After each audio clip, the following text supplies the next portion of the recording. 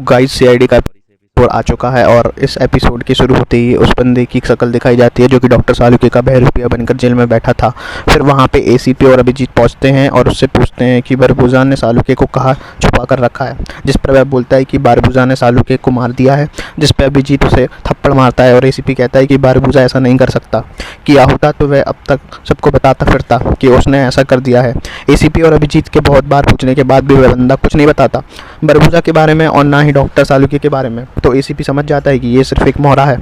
इसको कुछ नहीं पता है बारबूजा के बारे में। फिर एसीपी अभिजीत से यहाँ पे कहते हैं कि पता लगाओ नकली सालुके के मिलने आखिर कौन कौन आया था इस जेल में।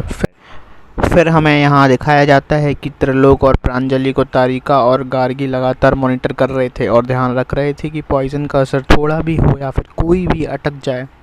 तो इन लोगों को ध्यान दे सके। अभी तक वो पॉइजन का कोई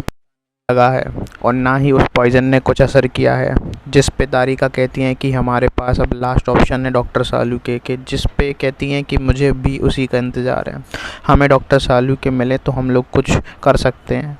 तब तक तारिका बोलती हैं कि रमन की एक बार दोबारा चेकिंग करो, हो सकता है उसमें कुछ छूट गया हो या फिर ये भी हो सकता है कि हमें कुछ नया मिल जाए। तभी वहाँ पे सचिन उन लोगों की लिस्ट लेकर आता है जो कि नकली डॉक्टर सालुके से मिलने आए थे और इस पे वो कहता है कि सबसे ज़्यादा मिलने के लिए एसीपी प्रद्युमन गए, जिससे एसीपी प्रद्युमन बोलते हैं कि हाँ मैं मिलने गया था कई बार, क्योंकि मुझे यकीन नहीं हो रहा था कि मतलब डॉक्टर सालुके गद्दारी कर सकता है हमारी टीम से, इसलिए मैं बार बार उससे मिलने जाता था, समझने की कोशिश करता था। साथ ही सचिन यहाँ पे ये भी बताता है कि गार्गी और तारिका भी एक बार मिलने गए थे जो कि उन्होंने कंफर्म किया है। लेकिन फिर सचिन कहता है कि दया सर भी मिलने गए थे डॉक्टर सालुके से, वो दिन पहले मिलने गए थे डॉक्टर सालुके से, जिसको सुनकर सब लोग शॉक हो जाते हैं क्योंकि दया तो एक हफ्ते से इसी केस के सिलसिले में मुंबई से बाहर है। जिस पर एसीपी कहता है कि पता लगाओ फिर ये नकली दया बनकर आखिर कौन डॉक्टर सालुके से मिलने आ रहा था। फिर अभिजीत यहाँ पुलिस वालों से आकर पूछताछ करता है कि आखिर दया जब मिलने आता था तो उसकी आइडेंटिटी क्यों चेक नहीं की तुम लोगों ने। पुलिस वालों को भी ये बता दिया कि दया 5 दिनों से पहले मुंबई बाहर जा चुका है किसी केस के सिलसिले में, तो आखिर कौन था वो जो दया बनकर यहाँ डॉक्टर सालुके से मिलने आता था। और यहाँ पे हमें एक हवलदार दिखाया जाता है जो कि नकली सालुके को प्लेट में कुछ देता है और फिर उसका मर्डर कर देता है। ज़रूरी ये बारबूजा का आदमी रहा होगा जिसने मर्डर कर दिया, वे नकली डॉक्टर सालुके का। यहाँ पर अभिजीत और सचिन उस पुलिस वाले को डांट रहे होते हैं कि तुमने कैसी चेकिंग की है, तुम कैसी ड्यूटी कर रहे हो। तुरंत एक हवलदार आकर बताता है कि जेल के अंदर झगड़ा हो गया था और किसी ने मर्डर कर दिया फिर डॉक्टर सालुके का। फिर अभिजीत उस बंदे से पूछताछ करने जाता है जिस बंदे ने नकली डॉक्टर सालुके का मर्डर किया, बट वो बंदा ज़्यादा कुछ बताता नहीं है। वो कहता है नाम वाम मुझे अभी नहीं पता है, मुझे सिर्फ इतना पता है कि मुझे सुपारी दी गई है उसको मारने की और मैंने उसे मार दिया। फिर इस चीज़ के बारे में अभिजीत एसीपी को बताता है, जिस पे एसीपी कहता है कि जो होना था सो हो गया, तुम पता लगाओ नकली दया के बारे में क्योंकि अगला टारगेट अब उसका नकली दया होगा। फिर हमें यहाँ पे फॉरेंसिक का सीन दिखाया जाता है जिसमें हमें रमन और प्रांजलि में थोड़ी सी बहस दिखाई जाती है और इसी बहस के बीच में त्रिलोक होता है, उसकी तबीयत काफ़ी ज़्यादा बिगड़ जाती है और इसलिए यहाँ पे एम्बुलेंस बुलाई जाती है। यहाँ एसीपी अभिजीत और सचिन सीसीटीवी फुटेज को देख रहे होते हैं कि आखिर कौन था जो दया बन के यहाँ पे मिलने आया था नकली डॉक्टर सालुके से, जिस पे लोगों को पता चलता है कि कोई और नहीं बल्कि एक लड़की थी जो कि दया बनकर यहाँ पे आई थी और वह पुलिस वाले को काफ़ी ज़्यादा डांटने लगते हैं। फिर अभिजीत और सचिन की आखिर तुम कैसे ध्यान रखते हो, इस पर वो कहता है कि वो पंजाब से आया है, यहाँ पर वो और किसी को नहीं जानता, इसलिए उसने दया समझा। फिर इन लोगों आगे की फुटेज देखते हैं जो कि नकली दया बनकर आई थी वहाँ पे वो लड़की एक टैक्सी में बैठकर जाती है, जिस टैक्सी का इन लोग नंबर नोट डाउन करते हैं और उस टैक्सी वाले से पूछताछ भी करते हैं। वहाँ पे पहुँचते हैं अभिजीत और सचिन। टैक्सी वाला एक ही बार में उनको पहचान लेता है और वह बताता है उस लड़की को उसने किसी सतन सईफिया स्कूल में छोड़ा गया था। और फिर तुरंत अभिजीत और सचिन उसी स्कूल में पहुँचते हैं और वहाँ पे वॉचमैन को उस नकली दया की फ़ोटो दिखाकर पूछते हैं कि आखिर इस लड़की को तुम जानते हो क्या, जिस पे वॉचमैन उस लड़की को तुरंत पहचान लेता है। वो कहता है कि यार मैं तो हमारी संजना मैडम, क्योंकि हमारी स्कूल में एक टीचर हैं। और फिर यहाँ पे इन लोग संजना के बारे में जानने के बाद एंट्रेंस मांगने की कोशिश करते हैं कि उनका एड्रेस वगैरह भी बता दो हमें वॉचमैन से, जिस पे वॉचमैन बोलता है कि उसके पास तो एड्रेस नहीं है पर वो दूसरे टीचर की हेल्प से उनको एड्रेस दिलवा सकता है। फिर संजना एक एड्रेस लेकर यहाँ पे सचिन और अभिजीत मिलने चले आते हैं उससे और वहाँ पे फिर अभिजीत एसीपी को बताता है कि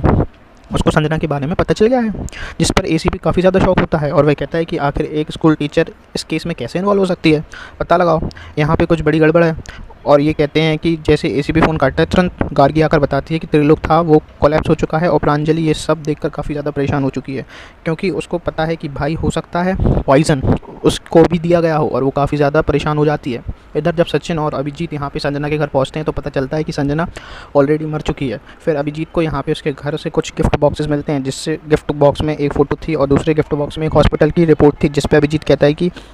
ये शायद हमारे लिए प्लॉट किया गया हो, कोई हमें चैलेंज करने की कोशिश कर रहा है। इधर त्रिलोक की हालत सुधर जाती है और साथ ही में इन्हें पता भी चलता है कि त्रिलोक को एक पैनिक अटैक हुआ था, पॉइजन का असर नहीं था। त्रिलोक को यहाँ पे थोड़ा सा सेल्फ रियलाइजेशन भी होता है, जिस पे वो प्रांजलि से डिस्कशन करता है और कहता है कि हमने बहुत ही ज़्यादा गलत किया सार्थक के साथ, वो हमें कितनी ज़्यादा इज्जत दिया करता था, हमें कितना कुछ माना करता था, और फिर हमने उसके साथ क्या किया। इधर अभिजीत सचिन उस हॉस्पिटल में पहुंचते हैं जहां पर उस बंदी की उनको फ़ोटो मिली थी और रिपोर्ट मिली, और फिर वहां पे एक डॉक्टर को उन लोग उस बंदी की फ़ोटो दिखाते हैं जिसकी फ़ोटो उन्हें मिली थी, और डॉक्टर जो थी वो तुरंत उनको पहचान लेती है और वो कहती है ये तो डॉक्टर अंकित हैं, इन्होंने बहुत बड़े बड़े रिसर्च कर रखे हैं लेकिन अभी तो बहुत ही ज़्यादा बीमार हैं और यहाँ पर एडमिट हैं और वो बोल वगैरह नहीं सकते हैं। जब इधर भूमिका कृतिका एसीपी बताते हैं पॉइजन मिल नहीं रहा, फिर उसी समय अभिजीत संजना और डॉक्टर अंकित के बारे में एसीपी को बताता है, जिससे वो एसीपी प्रद्युमन रहते हैं और वो अंकित का नाम तो सुनकर थोड़ा सा शॉक हो जाते हैं, क्योंकि वे डॉक्टर अंकित को ऑलरेडी जानते थे। डॉक्टर अंकित और सालुक्य बेसिकली एक ही जगह पर पढ़ाई किया करते थे, दोनों सेम बैच में थे। एसी प्रद्युमन कई बार फॉरेंसिक डॉक्टर अंकित की जो हेल्प की थी, साथ ही में यहाँ पे उन्हें ये भी पता चलता है कि संजना भी वह कोई और नहीं बल्कि डॉक्टर अंकित की बेटी थी, और एसीपी प्रद्युमन यहाँ पर खुद डॉक्टर अंकित से मिलने के लिए आया जाया करते थे। यहाँ पे शुरू होता है और एसीपी प्रद्युमन यहाँ पर खुद डॉक्टर अंकित से मिलने के लिए आ जाते हैं, और डॉक्टर अंकित यहाँ पर तो रिस्पॉन्स नहीं कर रहे होते हैं, लेकिन फिर एसीपी प्रद्युमन डॉक्टर सालुक्य का नाम लेते हैं और साथ ही में ये भी बताते हैं कि जो उनकी बेटी है संजना वो गुजर चुकी है। और इसी बात पर डॉक्टर अंकित रहते हैं, उनकी आंखों में आंसू गिरता है, जिस पर इन लोग समझ जाते हैं कि शायद वो हमारी बातों को सुन रहे हैं, और फिर एसीपी को कंफर्म करने के लिए बोलते हैं कि अगर तुम मेरी बातें सुन रहे हो तो अपनी पलक को 2 बार झपकाओ, जैसा इन लोगों ने सीज़न 1 में भी कई बार कर रखा था। तो वो 2 बार अपनी आंखों को ब्लिंक करते हैं। इसके बाद इन लोग समझ जाते हैं कि वो चीज़ें एटलीस्ट सुन रहे हैं, और फिर उसके बाद इन लोग बोलते हैं कि हम लेटर्स दिखाएंगे और जो भी लेटर्स पे डॉक्टर सालुक्य का पता होगा वहाँ पे आप ब्लिंक करना। तो उसके बाद अभिजीत गैस करता है कि ये इनमें भी नॉर्थ ईस्ट हो सकता है, और फिर इसके बाद वह एसीपी प्रद्युमन शायद हम ये कोऑर्डिनेट बताने की कोशिश कर रहे होते हैं कि उसके बाद अभिजीत उन्हें नंबर्स बताता है, कम से कम 6-7 बार उनको वो नंबर्स दिखता है, और फिर उसके बाद वह डॉक्टर अंकित 191973 पर रिसॉल्व करते हैं और इन्हें लोकेशन को कोऑर्डिनेट मिल जाते हैं। फिर इन कोऑर्डिनेट पर अभिजीत और सचिन पहुंचते हैं, और पहुंचने के बाद उनको यहीं पर बंकर मिलता है, बेसमेंट मिलता है, जिसके अंदर अभिजीत और सचिन जाते हैं। यहाँ पर कुछ बरबूजा के आदमी थे जिनके साथ हमें सचिन और अभिजीत की फायरिंग दिखाई जाती है, और इस फायरिंग में मतलब बरबूजा के आदमियों को यहाँ पे अभिजीत और सचिन मार गिराते हैं। उसके बाद अभिजीत को एक आदमी के पास यहाँ पे एक चाबी मिलती है, और चाबी सामने वाले दरवाजे की थी। तो साथ ही में हमें यहाँ पर ये भी दिखाया जाता है सचिन और अभिजीत यहाँ पे कोई देख रहा है, और वह कहता है कि अभी हम सीआईडी से लड़ने की हालात में नहीं हैं, जहाँ जा रहे थे जाने दो। मतलब आदमी बरबूजा के जिनको उसने पीछे खींच लिया और मैं वो बरबूजा ही रहा। तो उसके बाद इन लोग जब दरवाजे को खोलते हैं वहाँ पे एक वैन दिखती है। फाइनली उस वैन के अंदर हमें सुनने को मिलते हैं डॉक्टर सालुक्य की आवाज़, जिस पे वो बोल रहे होते हैं कि उन्होंने प्रद्युमन को नहीं मारा है, और सचिन और अभिजीत तुरंत समझ जाते हैं कि डॉक्टर सालुक्य की आवाज़ है। उसके बाद उन लोग डॉक्टर सालुक्य को वहाँ से बाहर निकालते हैं, जिससे हमें देखने को मिलता है कि जो डॉक्टर सालुक्य हैं उनकी काफ़ी ज़्यादा बुरी हालत थी, उनको ड्रग्स के ओवरडोज पर रखा गया था, जिसके कारण वो अभिजीत को पहचानते नहीं हैं। और फिर उसके बाद अभिजीत और सचिन उनको लेकर हॉस्पिटल में जाते हैं। यहाँ पर डॉक्टर सालुक्य एकदम टेंट फाइन हो जाते हैं। तुरंत वहाँ पर उनसे मिलने के लिए एसीपी प्रद्युमन आ जाते हैं, और एसीपी प्रद्युमन ने उनके साथ थोड़ा मजाक भी करते हैं, बातचीत भी करते हैं। उनको बोलते हैं कि भाई अभी आराम करने का टाइम नहीं है, चलो लोगों की जान खतरे में है, हमारे पास सिर्फ 10-12 घंटे का समय बचा हुआ है। उसके बाद ओजी डॉक्टर सालुक्य हमें फॉरेंसिक में देखने को मिलते हैं, और वो कुछ टेस्ट यहाँ पे परफॉर्म करते हैं, और टेस्ट वगैरह परफॉर्म करने के बाद सालुक्य सर फाइनली उस पोजीशन को ढूंढ लेते हैं जो कि होता है, एक केमिकल होता है जो कि अगर हैवी डोज में दिया जाए तो वह जान ले सकता है, इसलिए वो ड्रग्स नहीं हो रहा था इतने टाइम से, ट्रिगर नहीं कर रहा था। बाद में यहाँ पे तारीख सालुक्य से कि आखिर वो हैं कौन जिसको ये केमिकल दिया जा रहा है, जिस बताते हैं कि वो कोई और नहीं बल्कि रमन है, जिस विश्वास नहीं कर पाता है कि आखिर उसको ये केमिकल कैसे दिया जा रहा था, क्योंकि वो तो सार्थक से कई दिनों से मिला ही नहीं। जिस पे केमिकल्स देने वाला कोई और नहीं बल्कि मुन्नू है, जिसका हमने जिक्र किया था पिछले वाले वीडियो में, जिसमें हमें मुन्नू नाम से उसको बुलाया था, और मुन्नू कोई और नहीं बल्कि वो सार्थक का सर्वेंट था। यहाँ पे रमन का सर्वेंट प्रीतम बनकर आता है, जो कि यहाँ पे लगातार उसको शाम की चाय में वो पॉइजन मिलाकर दे रहा था। जिसके कारण रमन को बहुत ही ज़्यादा गुस्सा आता है और वह मुन्नू की ओर बढ़ते ही हैं तुरंत वो कोलैप्स कर जाते हैं ज़मीन पर। और तुरंत हमें देखने को मिलता है कि जो डॉक्टर सालुके थे वह अपना एंटीडोट लेकर आ जाते हैं और रमन की जान यहाँ पे बच जाती है।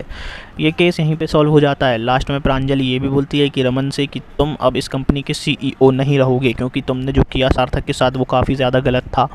फिर यहाँ पर हमें वही CID के सीज़न 1 जैसा थोड़ा मजाक मस्ती दिखाई दिया जाता है। ACP सर और सालुके के बीच थोड़ी बहुत मजाक मस्ती होती है, जिस पे ACP सर बोलते हैं कि ये पता नहीं असली सालुके है या नहीं। वो अभिजीत बोलता है कि मैं कंफर्म कर देता हूँ दाढ़ी खींचकर। इस पे सालुके उसको रोकते हैं और फिर अभिजीत बोलता है कि नहीं, मैं कंफर्म कर चुका हूँ, जब आप पहली बार मिले थे तभी मैंने आपकी दाढ़ी खींचकर चेक कर लिया था। और यहाँ पे थोड़ा सा मतलब लेसन भी दिया जाता है कि हमें आत्महत्या वगैरह नहीं करनी चाहिए। सालुके ने यहाँ पे बहुत ही अच्छे से उसको एक्सप्लेन भी किया। लास्ट में ACP प्रद्युमन बोलते हैं कि अभिजीत उनको घर पर ड्रॉप कर दो। अभिजीत उनको घर पर ड्रॉप करने चला जाता है। इसके बाद डॉक्टर सालुके अपने घर में घुसते ही थे कि उनको सामने उनके गेट पर एक गिफ्ट बॉक्स दिखाई देता है और गिफ्ट बॉक्स को देखकर डॉक्टर सालुके काफ़ी डर जाते हैं और यहीं पर एपिसोड ख़त्म हो जाता है। अब उस गिफ्ट बॉक्स में क्या था वो सब आपको जानना है तो आप ये प्रोमो वाली वीडियो देख सकते हैं। Thank you for watching.